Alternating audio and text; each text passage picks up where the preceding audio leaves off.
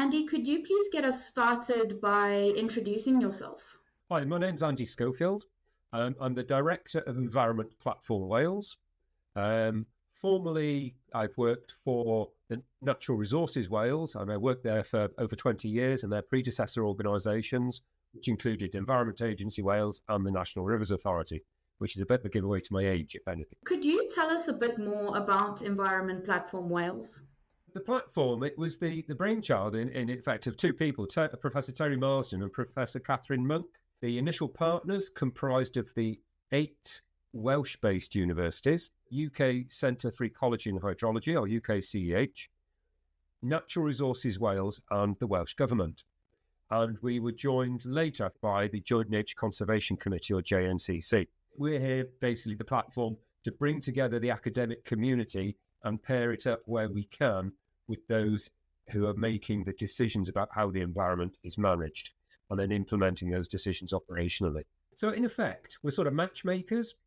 So we'll get requests from academics who want to reach out to the policymakers in Welsh Government, or we might get officials in Welsh Government who are seeking evidence, data, advice and guidance who want to reach out to the research community. So we act as that two-way liaison between the two.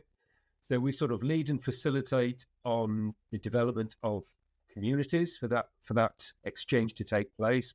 We support and promote researchers and policymakers in achieving their aims.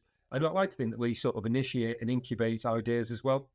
And we try and be as innovative as we can in the way in which we bring the different parties together. How can environmental researchers access policy engagement opportunities through Environment Platform Wales? So one of the first things that we actually did was set up a researcher database of environmental researchers across Wales. And basically, anybody who wants to be part of that database can go onto our website, log in and enter their details. It's searchable for anybody that wants to go on the website as well. The other way that we invite people to get involved, we run a number of communities of research.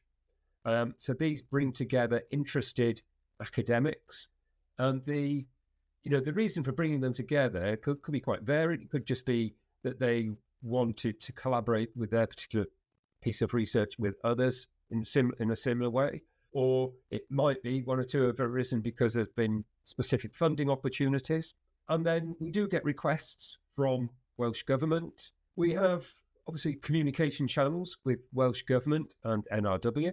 So we've got lots of contacts there.